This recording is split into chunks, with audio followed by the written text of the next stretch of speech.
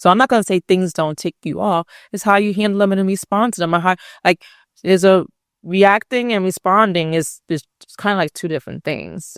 It may sound the same, but it's kind of not. Yeah. I think I've matured in the last couple. That's a hot too. Matured. Well, I think in the past couple of years I've matured.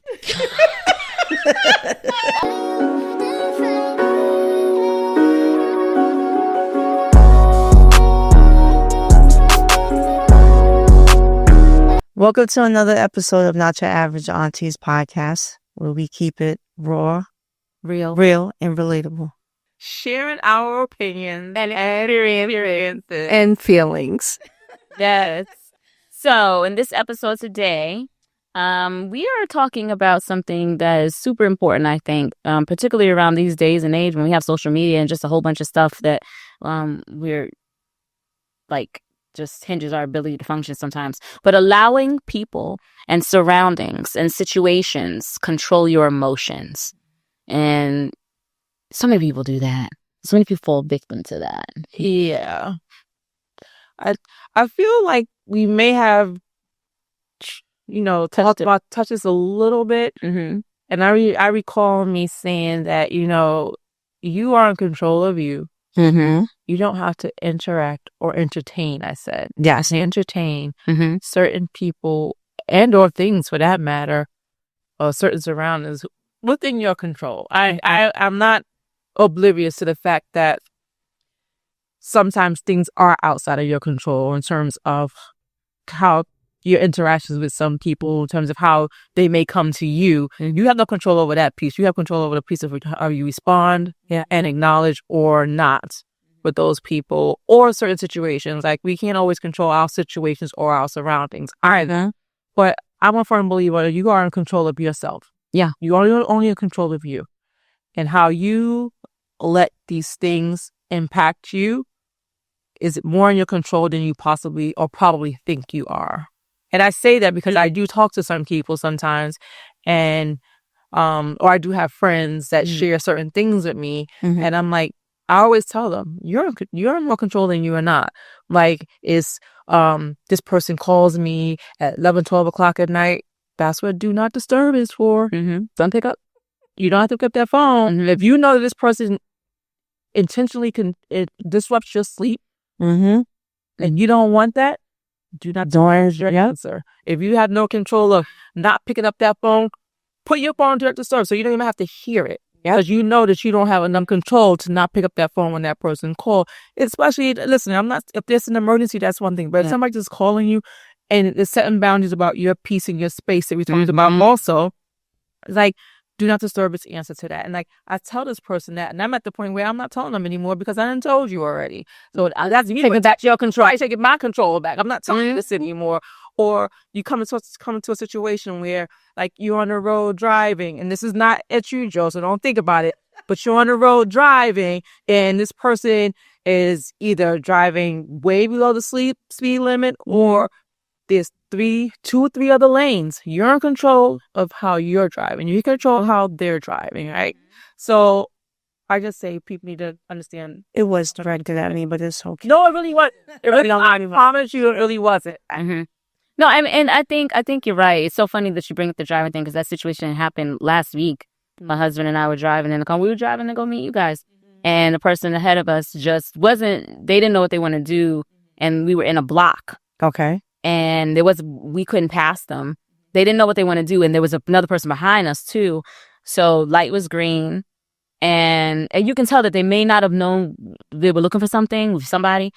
And so my husband just lightly pop up and that definitely set the person off. So what they did was, while the light was green, they just sat there. You could tell that they wanted to I'm going to make you sick. So, the old us something could have probably happened, right? But now it's like, you know what? You're the fool. Right. Now the people behind us kept, they was like laying on the horn. But I was like, gonna let that shake me either. I'm not. I can't move. So I don't care. I'm gonna, because it's not, to me, it's like, you want to sit there? Sit there. Sit there. Do what you want to do. Because this is where I struggle with, because I'm not on your time. I get that, but you're not on their, and they're not on your time, right? Even though they're doing some F shit, right? But to me, I'm not gonna mess up my day. right. I'm not gonna give you the power of messing up my day. Oh, they're not messing up my day. By me, but what are you gonna do? In that situation, what you gonna do? Get out the car and move your fucking car, da, da, da, da. And now you sitting there. Person behind you blowing their horn. You blowing your horn. What are you gonna do? For what? It's not gonna go nowhere, which means you can't. Guess what? We said now you're mad. Exactly. So we sat in the car. We laughed about it. We were debating about old times and what could potentially happen. And then we were like, whatever. And the music was playing, and we laughed, and then we keep on. And guess what? Eventually they had to move. Right. And right. Eventually, how much? But the next time the light turned green, they moved, and we went. So what are we gonna do? You know what I'm saying? Here's the moral to that story. If they had somewhere to be and they took an extra 5 minutes out of their time to be an asshole, shame on them. So I didn't make you late. You did. Now the funny thing about it, right? You're right. Now the funny thing about it is, my husband, of course, because he's a jokester, and we have, our daughters are in the car, and he was like, I don't know what's going on. He says, for all I know, he broke up. His wife left him, and he's he was like, he's distraught. And we messing him up, but how can he don't know what he want to do because his wife done fucked around and left him. So anything could be possible. Anything we don't, but that's the problem. It doesn't matter. So why I need to get riled up? Exactly. For what? So I say all that to say this, even though that did trigger an experience that we just recently had. But I say all that to say this: we've all had the unfortunate experience of allowing something, even something like that, or anything, ruin our mood when we should never have given them the power to do that. Right. So I get it. Was it something that can rile me up? Absolutely. But I have am now evolved. She's in a place to a certain degree where it's like, I'm not even going to to me, it's not work. No, shit. I'm mature. Yeah. And I feel like I don't need, to me, that's minuscule. Like, I don't have to, there's nothing in that particular situation. We were just going to a concert, right? So we were going to meet you guys for dinner. There's nothing, and we were the first ones there, might I add. So we weren't running late. Yes, you were. Yes, you were. Yes, we were not late. We were not late. Okay. Yeah. So my point is like, I'm not going to, what if we would have did something and that would have messed up the entire night? It could have resulted in us not even getting there, period. Right. And so why would I let that, whatever that person was going through, wanted to flex their muscle if that's all the muscle you got to flex, you big dog, cause you making us, wait, that to me is nothing. Like, I don't care. So, now if I needed to get somewhere, if something was happening to my kids and I needed to get somewhere, now that might be different. Now something might have been different, right? You still don't have time to fight with this food. But I don't have to run the red light and be out. Yeah, but no, we couldn't even pass. Like they positioned that car in a way where we couldn't pass. Shit. So, but maybe something bad could have happened, where then it would have been really bad, because if I had to get to my kid, I might have hit his car. I might have just backed up and rammed into him and kept going. And then it would have been a hit or run. And I'm, whole nother situation. But my thing is, I'm saying that could have happened. I don't know. It depends on what state of mind I'm in. I'm telling you my state of mind I'm in last week. It was like, I feel like, yeah. So what? You're not hurting me. I don't care.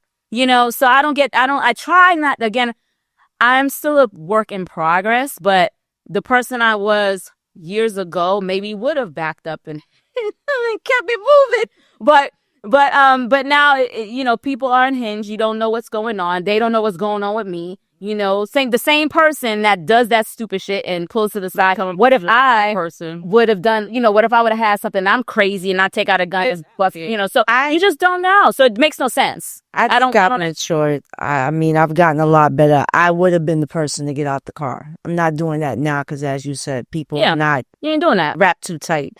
So, I may have a reaction never get out of my car, even when I was. But it's not to the point where I'm jumping out my car now to go say something. But I'm not on your time, and it just it can get irritating at times when people do things to piss you off. So outside of or to get underneath your skin is you gotta let them know. Gotta let it roll. Outside of a situation where you need to get to your kids because of an emergency or whatever, is there anything that anybody can possibly do, or any situation or circumstance or surrounding that could take you off kilter and ruin your day? I think sometimes when it has to deal with a love, for me, if it whatever situation, if it has to deal with a loved one, somebody I care deeply about, and even if they're causing the pain, it can definitely rock me a little bit, right? But if it's for, like, case in point, the person, a rando in a car, that's not, it don't rock me because they don't mean anything to me. And I understand that false sense of power that person believed that they had at that time. So it's like, whatever. Meanwhile, we're literally in the car debating and joking and laughing. You know what I mean? So they're thinking we're like, and we're like, what is he doing? He only heard the car, 2 cars. Right. Yeah, exactly. So, but to end, like, if it's somebody I deeply care about, then those are the situations where I really, it can rock me to the point where I have to really center myself so that I don't act off of emotion, because I truly believe is when you act off of emotion. Case in point, me using an example, rolling back and hitting their car and then driving, like, it's really dumb to do, but that's an emotional response to something, right? And you make a bad move. That's a prime example of making a bad choice because of emotion. So you just kind of have to separate it. And I think a lot of times we allow people to take our power from us by acting in emotion. Sometimes people like being upset because it gives them something to talk about, and it kind of makes them feel important. So that drives me nuts. When you're just walking around, you're always angry. The world's done it wrong. Having to have something to complain about. Like, are you happy at all in your life? Like, maybe, and they might not be, but you gotta, like, where's that coming from? I think there's a deeper issue there when you have that. How can we tell the difference between a real emotional response versus just reacting out of a habit? I had that same question. What do you think that is? Like, because sometimes there's an emotional response, but then I think there's sometimes when we do react because it's just habitual. It's what you know and what you're comfortable with and what you do, and you're not thinking first. It's just you're just reacting. Like, because the people that yell so bad, like constantly yelling. If somebody asks you a question, you're like, and it's like, get the fuck, I just asked you to. But they're so used to it that's it's like, huh? Yeah. Wait, what's doing? Yeah. So I think that's habitual. You're in that perpetual state of, so how you always operate. So you don't know any different, and so that's how you always respond. Like, and some people take it personal. Sometimes it's not a personal thing. It's just how this person is. Unfortunately, sometimes. So then how does that change? How do they change? How do they? But I'm using myself as an example. I'm not yelling half the time. I'm just, there's bass in my voice. You sure about that? Bitch, I don't yell all the time.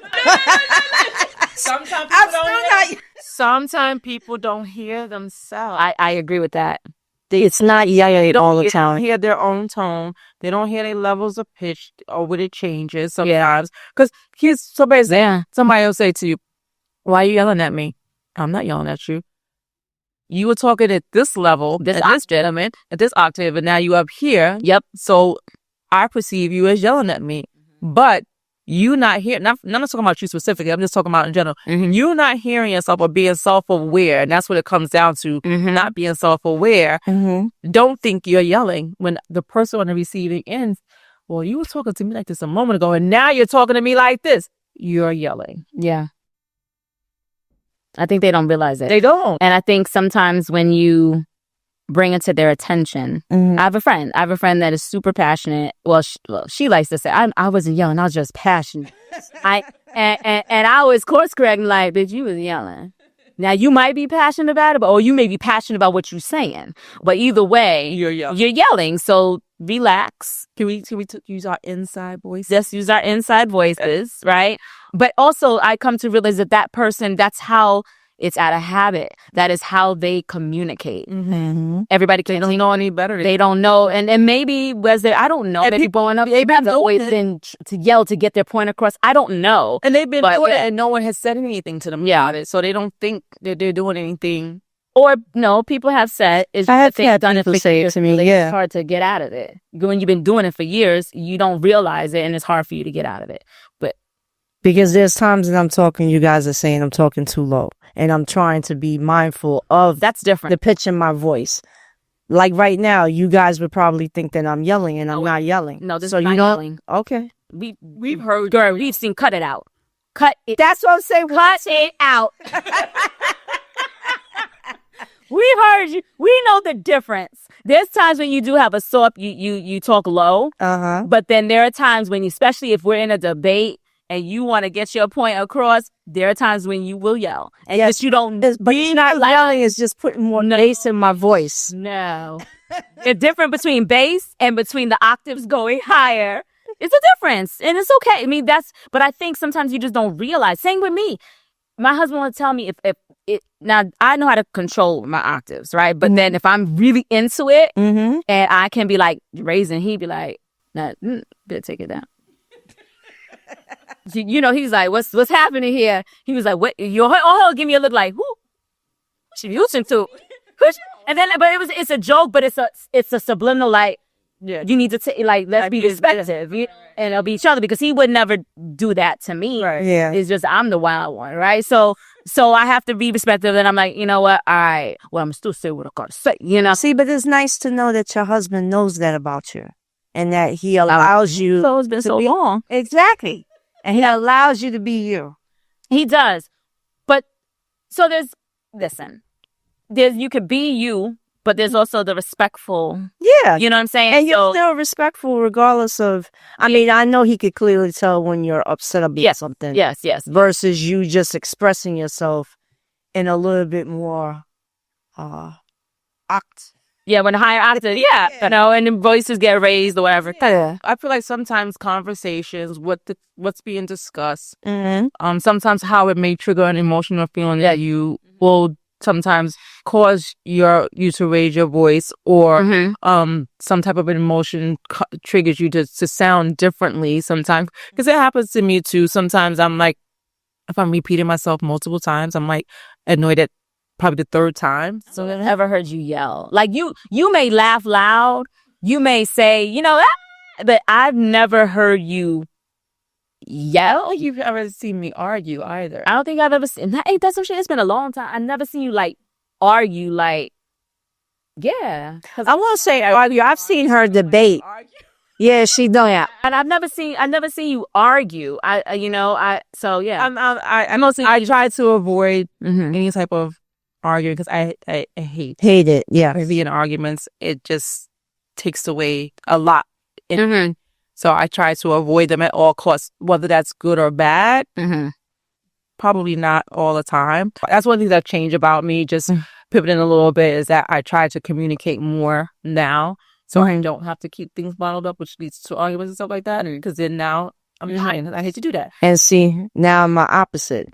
What? Versus now I will shut down to avoid an argument, because I don't like arguing. But that can't stand it. That's not healthy neither. Fester.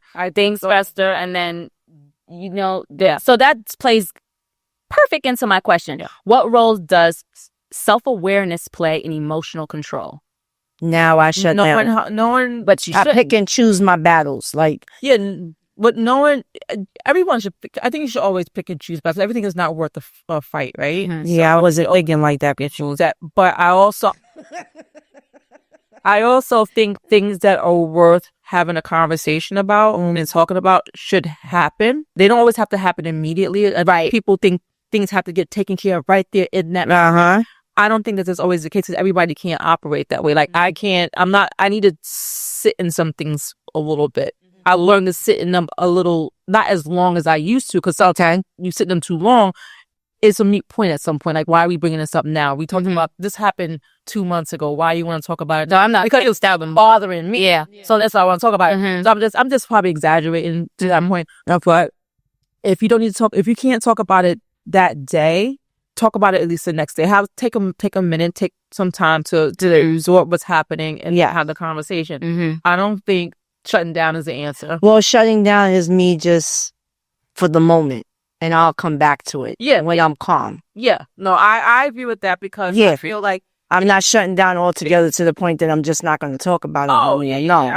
I thought that's what she meant. Yeah. You can always park the situation. Yeah. But I'm also too of the mind of, if there's something I don't like and I don't want to deal with it right now, I'm like, you know what? I don't want to talk about this right now, but we're going to have to, resume this conversation at a time where we both can have it in a manner where our emotions aren't flailing and we can both get our points out and hear each other and then figure out a way forward. That's a mature way of saying it. Look, I don't want to talk about this no more. Let it go. Yeah. The reality is but wanted to come back. But it's not going to go away. So when you say like that, I don't want to talk about it right now. No, you said, I don't want to talk about this no more. Let it go. Yeah. That's setting it like you're done. You're never going to bring it up. But meanwhile, it's still bothering you. So and I'll come back to it. Yeah, but then now you come back to it and he's like, damn, you said I don't want to talk about this no more. So that's why, you know what I'm saying? You got to just be careful how you raise it. If you know me, you know me coming back to it. But because if I was let me tell you something, if I was your man and that moment, like, all right, she want to talk about it. Don't bring it up 2 days later when I think I'm good. Right. And I'm like, no, he gonna know he ain't good. Then he gonna. And you got to stand. I'm gonna be like, okay, so why ain't you talk about it? Like, let's get and it's my personality because I'm like, I don't like dealing with loved ones, people I care about. Because if someone else, I could be very dismissive. I think we talked about that already. Yeah, very dismissive and yeah, it's not for no bad trait. The thing is, but I need to flesh it out. Like, we got to get through it. Because it's going to show itself again in a different situation. You have to talk about it. You got to talk about it. No, I know we have to talk about it, but it's not. But you got to be specific. Because you just have to be specific. No, you see?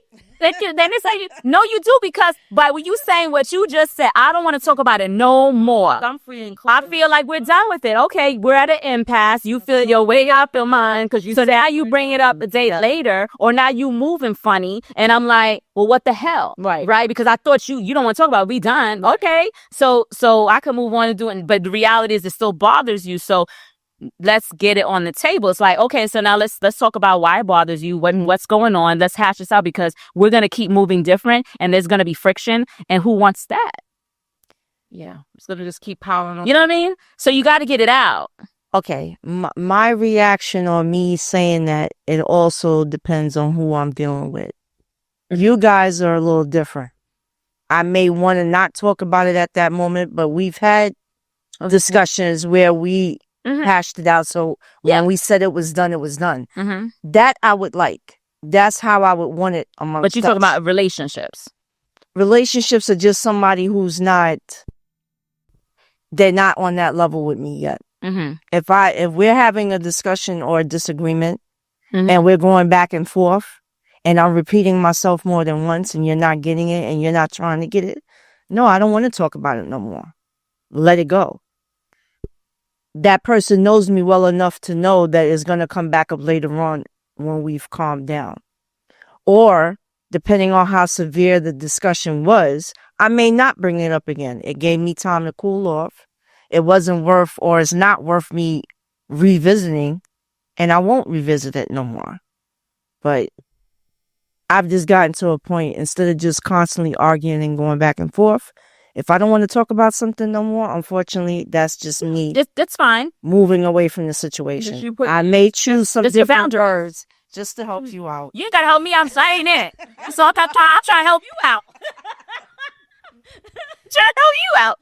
But no, I feel what you're saying. Like, listen. Because even when you don't, you cool off, it's still lingering. Yeah. And I'll bring it up. Yeah. I will bring it up in a cooler. I feel like if it's unresolved, it's going to show back up in some form or fashion. It may not even be the same thing that happened, but something similar is going to bring that thing back up, and you're going to go back to that previous situation, and it's just piling on. See, but I'm at a point now where I won't let it pile on no more. Before, I always used to just have to say what I needed to say, and I didn't care about anybody's feelings or whatever and let it go. As time went on, I actually diminished how I used to be or how I was to appease somebody else's feelings. After I came out of that situation, I said, I'm not doing that no more.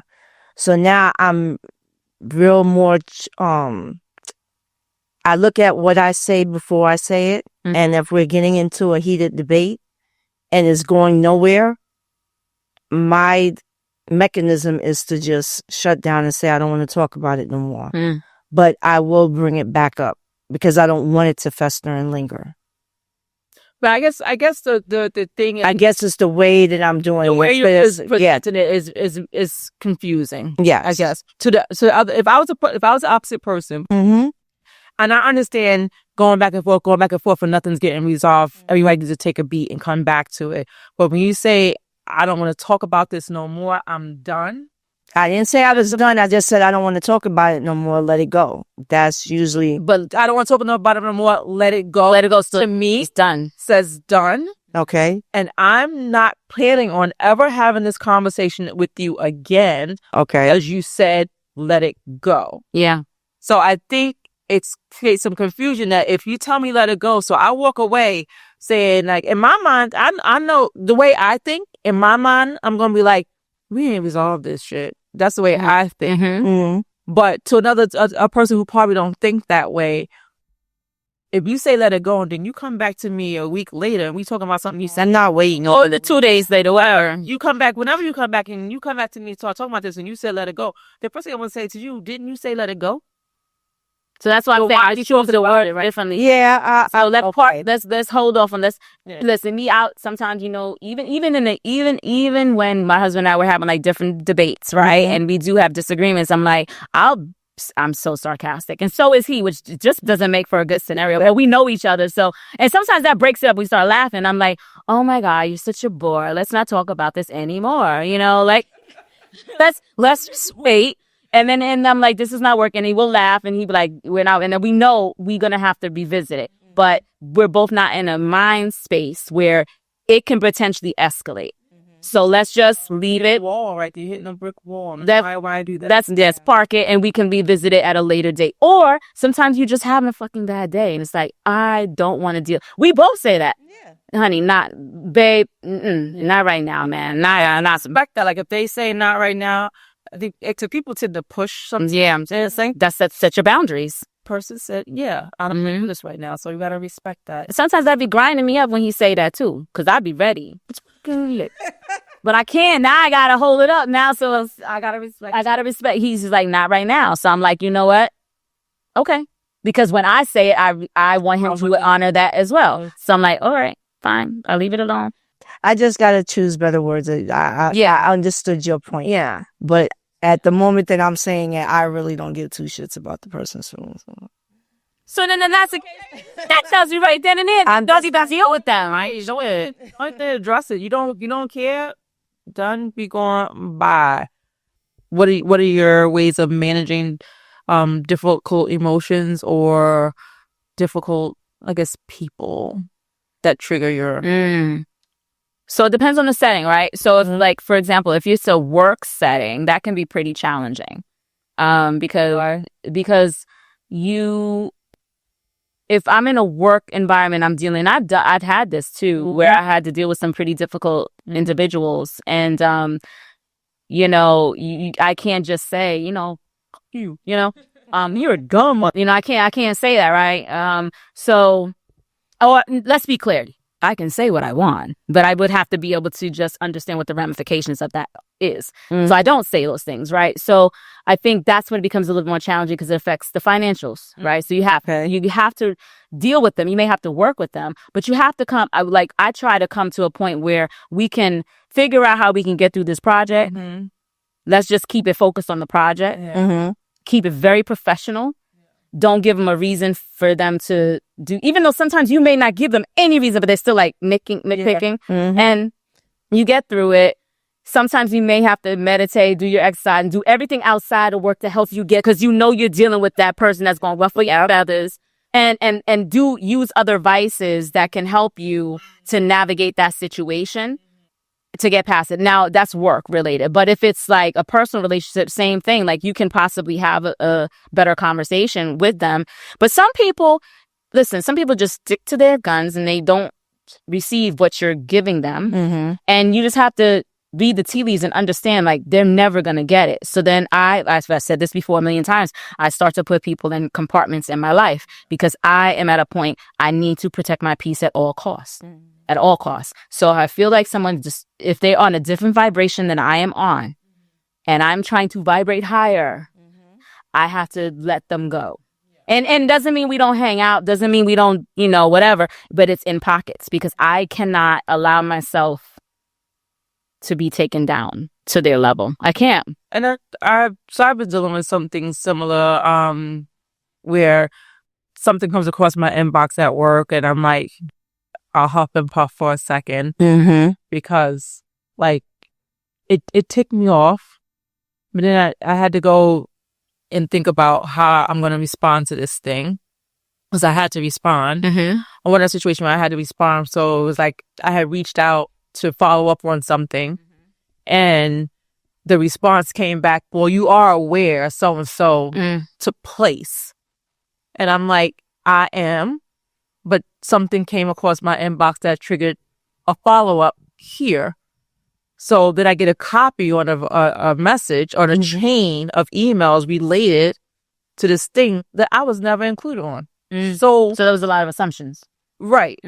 No, there's something you knew something. I knew something had took place, but I didn't know all these other conversations around that had happened. So something got implemented related to the questions I asked. Okay. But so all these other emails that were happening around the output of this implementation, I wasn't included on. So how am I supposed to know? Right. But the fact was, you are aware was a thing that kind of like, that's what I'm saying. They're assuming was going to tick me off. No, because I was aware. But the implement all the other stuff. I was. You didn't know that there was conversations being had. The question was I aware of the implementation? Got it. Yes. The result or the output of after the following implementation, I got left off of that stuff. Got it. Gotcha. Got it. So how was I supposed to know after this thing got implemented, all these things happening because I wasn't included? So I got ticked off at the initial. Yeah. And I had to sit myself back and say, don't let them shake your mood. And I responded, I was aware, but something came out that prompted a response. And thank you for copying me on the other, like letting you know you've left me out of communications. So don't come to me that way. Right. That's right. So there's a way to kind of respond, to be direct or indirect. Okay. And I wasn't even nice, nasty in this instance. I was really nice if I had to say so myself. I could have been. But it was like, it's work. Like you said, it impacts the financials and stuff like that. So you had to handle yourself accordingly. But it goes back again to either taking those beats or whatever, taking a pulse and just figuring out how are you gonna let this really shake your day up? Is it that? How bad is it just gonna shake your day up? Ticked off for a minute, let it go. Let it go. Yeah, it's not worth it. Yeah. So I'm not gonna say things don't tick you off. It's how you handle them and respond to them. There's a reacting and responding is kind of like two different things. It may sound the same, but it's kind of not. Yeah. I think I've matured in the last couple. That's a hot too. Matured. What I think in the past couple of years I've matured.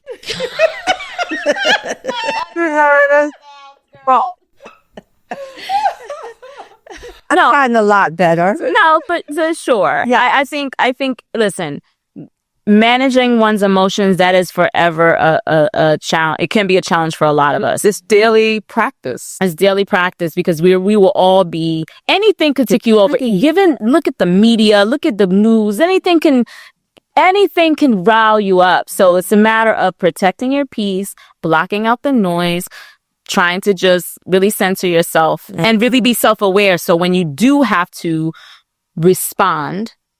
You're not reacting with emotion. You are taking a beat and analyzing the situations, like, hey, this, and realizing the downstream effects of what you say. Try to figure out, like, I do this all the time, and I've said this before. If I say this, what's the 5 next things that could happen, right? And try to really understand that, so that way you can move forward with the best course of action. Give me your analysis. I still have to work on people asking me the same thing 3 and 4 times, because I get ticked off by the 3rd or 4th. I do too, but I'm working on that. I'm still working on facial expressions, because I don't have to say anything, but you'll know clearly what I'm thinking. Sometimes. Yeah, that's a challenge for me. Yeah, or poker face over here. yeah. At any rate. Well, do your best out there, folks. Yes, that's what I can tell you. Do your best, but try to be self-aware. People and will test you don't let them help you. day in and day out. Yeah. Every day is a test. Every day. The devil is working overtime all the time. Knock him off your shoulder, honey. Cheers. Cheers, everybody.